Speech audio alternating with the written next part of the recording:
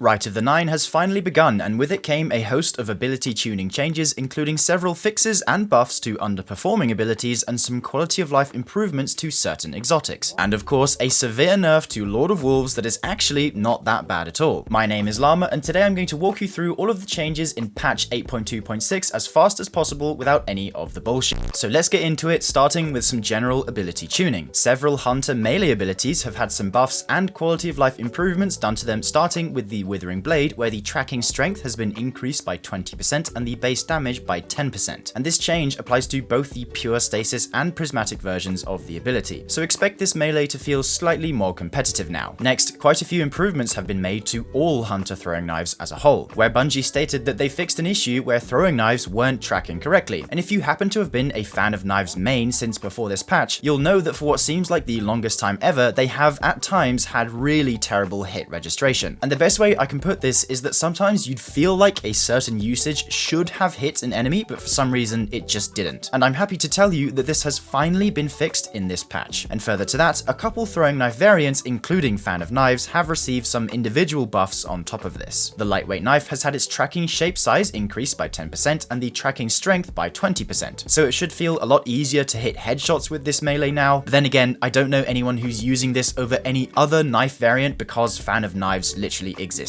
at least in PvE. Furthermore, Fan of Knives on both Solar and Prismatic has had its tracking shape size increased by 15%. So not only is it actually hitting stuff now, it's actually doing a better job than it was before when it was actually working. And when collecting the post-patch footage for this video, I could genuinely feel the difference. Up next, the On the Prowl aspect has had a couple of quality of life changes where the prey finding cooldown has been reduced from 0.5 seconds to now 0.1 seconds, which is essentially instantaneous. And the ability energy gained for defeating the marked target is now granted instantly rather than slowly over time like it used to. Warlocks received a small change to Lightning Surge where the follow-up melee suppression time has been slightly increased. And what this means is that your consecutive Lightning Surges now occur ever so slightly further apart. But if you look at the side-by-side comparison, the difference is barely noticeable. So don't worry about this change, Lightning Surge still feels pretty much exactly the same. Moving on to weapons now, it was stated in the patch notes that heavy burst shotguns were supposed to receive an 8% damage buff. However, when testing, they haven't actually received the buff at all. So this is probably a mishap and will get fixed in the future. Okay then, now let's get on to the good stuff, starting with some exotic weapon changes made to Alethonym, Finality's Auger, and of course, Lord of Wolves. So let's get the first two out of the way, then go into some more depth about Lord of Wolves specifically. Alethonym received a pretty nice quality of life change where creating a special brick now only consumes 50% energy. And while yes, it did work this way beforehand, if you happen to have full vestigial alchemy energy, it would make a special brick, but instead consume the entire bar, which didn't really make much sense. So now, even if the bar is full, it correctly consumes 50% energy, letting you make two back-to-back special bricks where you previously could not. Moving on to Finality's Auger, this weapon has had quite a few changes made. For starters, the duration of the weapon paint versus a target now matches the lifetime of the turret itself, where previously the paint expired shortly before the turret did. So right now, the paint will last exactly 25 seconds and disappear the moment the turret does. Next, the environmental paint now marks enemies that directly walk into it, again, where it previously did not. So this is going to be extra nice when locking down an area that adds regularly come from. Now for the real nice change, making a turret will now fully reload the weapon from reserves. It still costs 3 ammo, but instead of halving your magazine, it now fully refills it. Meaning if you're using the weapon exclusively for its turret functionality, which you kinda should be, then you'll never have to worry about reloading ever again. On top of all of these changes, the turret itself received a 10% damage buff. And thanks to data collected by the Aegis relic, actually makes Finality's Auger and Anarchy almost identical when it comes to passive DPS. And the main edge that Finality's Auger still has over Anarchy is the sheer total damage it offers, with it being well over 3.5 million more. So for any situations where Anarchy could work, well, so too can Finality's Auger now. And I want to give credit to Duck here, as I saw this new damage rotation first posted by him, but if you run a Chill Clip Liturgy with Envious Arsenal, the brand new Wilderflight from Rite of the Nine also with Envious Arsenal, and any old damage perk plus Finality's Auger on a Storm's Keep Titan, you actually end up getting some pretty nutty damage. Please observe.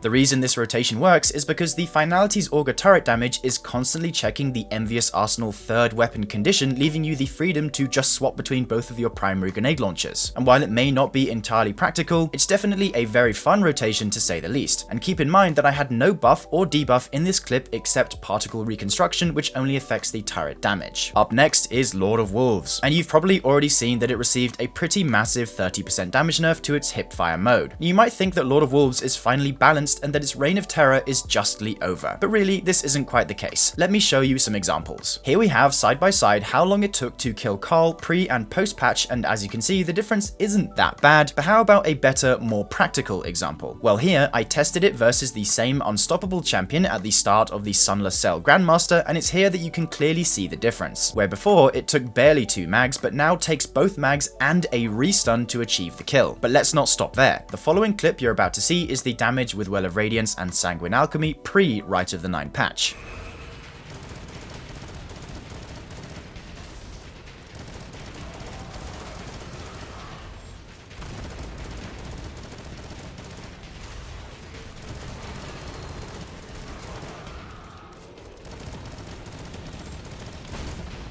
It doesn't look like he's igniting, does it? No, he doesn't. Weird. Oh no, you know what it is? It's because it's super damage. It's not like solar weapon damage. Oh yeah. Yeah. Right, we got to the P in Frisia. There we go. Special weapon, by the way. And the clip playing next is the damage after the Rite of the Nine patch. Oh yeah, it's less.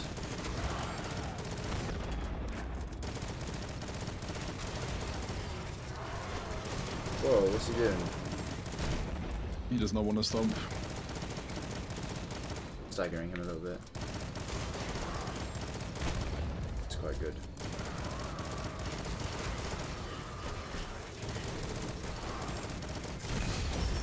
That's Alright. pretty perfect, no? Yeah, that's perfect. Nice. Yeah, that is a lot less than the other day. So yeah, you can clearly see that Lord of Wolves has been hit pretty hard with it losing over 1 million damage, but it's still important to remember that this is literally a special weapon, not a heavy weapon, a special weapon, and it's still pulling really good damage by comparison. Choir of One is one of the closest hard-hitting special weapons to Lord of Wolves there is, and even it falls behind by over 1 million damage post Lord of Wolves nerf, so it's definitely a very solid option still. And if you enjoyed using it before, admittedly you will notice the nerf, but it should still be capable of doing all it could before. It would just take slightly longer. To really hammer it home, I took 5 Lord of Wolves and 1 Divinity versus Taniks, and well, I'll just let the results speak for themselves. Oh my.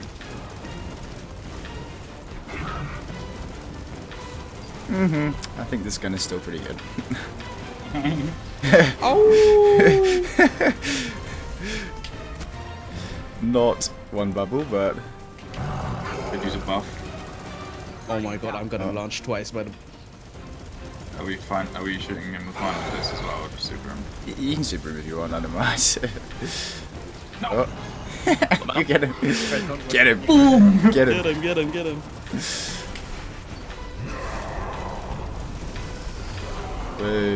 Wow. Of course, alongside the Rite of the Nine patch came the 12 reprised dungeon weapons, each with new and updated perk pools. But at the same time, 3 new ritual weapons were also added into the loot pool. So before we end, I'm going to quickly highlight those and suggest what roles you should be chasing if you're at all interested in grinding them. The Iron Banner has been given a brand new solar lightweight scout rifle called Nature Reclaimed. This is one of the faster firing frames like Trusty from the Deepstone Crypt raid, and given that it's a solar weapon, it can get some pretty decent combos like Heal Clip Incandescent, Heal Clip Explosive Payload, or the tried and true utility combo of Shoot to Loot Explosive Payload. So if you're looking for a hot new solar scout, then I'd fully recommend chasing those rolls down. The Inquisitor has been reprised back into the Trials of Osiris loot pool, and to be quite honest, the perks on this thing are almost 100% PvP oriented, so definitely not my field of expertise. Though I do see the combo of Envious Assassin bait and switch, but in truth it's hard to recommend, especially since Envious Assassin was gutted a while ago. So if I were you, I'd skip on this weapon, at least for PvE. Finally, the third new ritual weapon is Cruel Mercy, an arc heavy burst pulse rifle from the Nightfall rotator, and it can get combos like Eddy Current Rolling Storm or Demolitionist Adrenaline Junkie, though unfortunately neither jolting feedback or vault shot is present on this weapon, so it's a little hard to recommend as far as arc primary weapons are concerned. If you truly want a good arc pulse rifle, then Vantage Point is the clear winner here, so I will also recommend against farming this pulse rifle. But if you really like the 2-burst frame, then please do be my guest. So with that concludes today's breakdown on the patch notes for update 8.2.6 for Rite of the Nine. I hope you enjoyed the video, and I'll see you in the next one. Bye for now, dear viewer.